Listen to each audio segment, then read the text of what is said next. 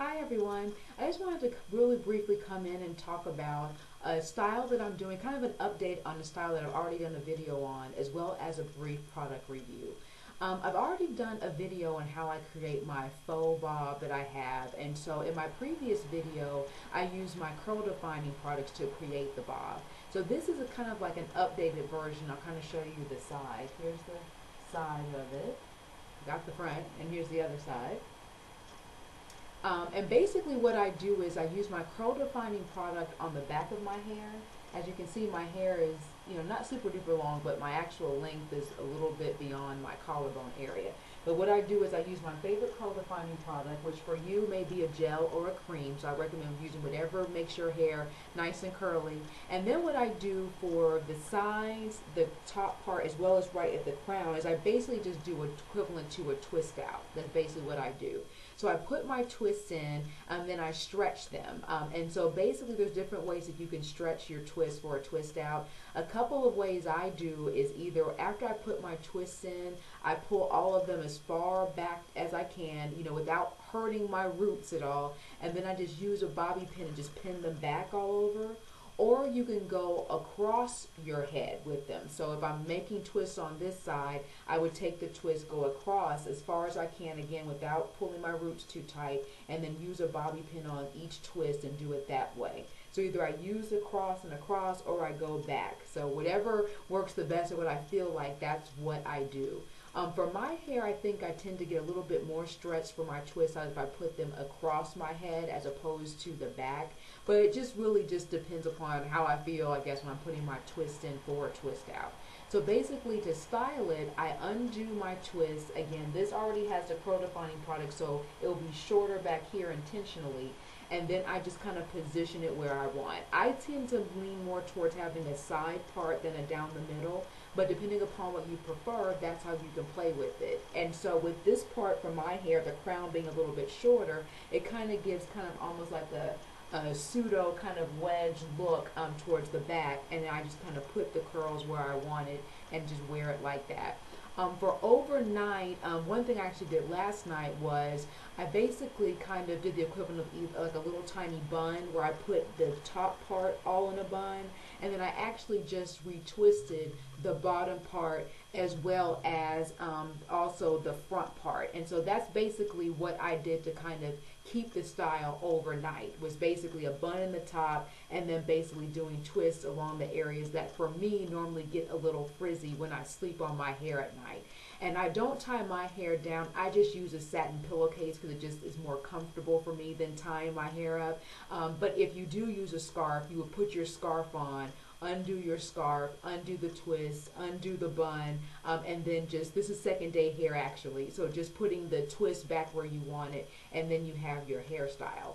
If your hair is much longer than mine, you may be able to pineapple a little bit easier than I can and just do the pineapple overnight. The reason why I don't pineapple with this particular style, and a lot of my styles, is because my hair on this area is not as long to get in the pineapple comfortably. So I find that it's just more effective for me to retwist those areas and maybe just pineapple the areas that are long enough to get into a pineapple or get into a bun. And so that's basically how you create this kind of really easy fake faux, if you will, bob style. I think this is great for all year round when you just want something a little bit different. But the great thing about having the shrinkage that we have is that we can create short hairstyles like this very easily and never have to cut our hair. So I really love doing this when I want a little short hairstyle but want to have a little hair to play with. Now I want to do a little bit of a product review of something new that I've added to my twist out for my twist, rather, to get my twist out, like for this style and other styles that I do. Usually when I do my twist for twist out, and I've tried different variations of products, I pretty much stick with, regular water, and then also my olive oil infused shea butter that I make, which is very easy to make. And that's basically what I do. Spray this section with water, seal with the shea butter, and then I twist it up, and that's it.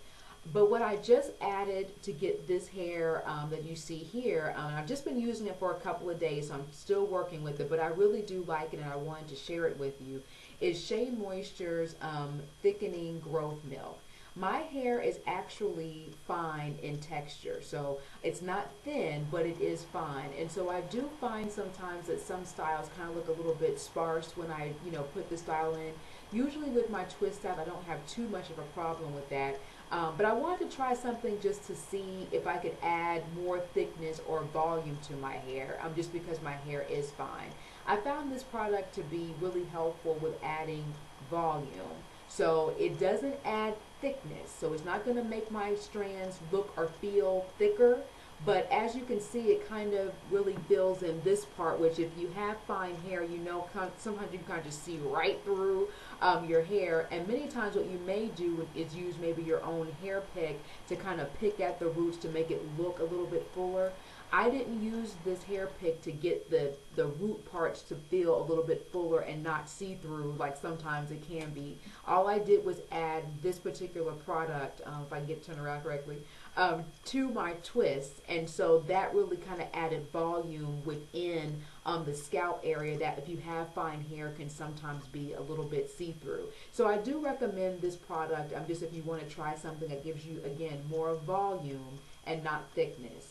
I purchased mine at Walgreens. I know Shea Moisture is also sold at Target, and I've seen them at other stores as well, but I would try Walgreens or Target if you have those stores in your area, if you just want to try a different product. Just like most of Shea Moisture's product, it was like $9.99 for this product, so I think it's worth a try, especially if you have fine hair and you're wanting to use a product that will give you a little bit more, again, volume versus thickness. So I really hope that you're enjoying your day, and I look forward to talking to you soon. And also let me know if you found some products, especially if you have fine hair, that seems to have helped you with adding volume to your hair as well. So look forward to talking to you soon. Take care.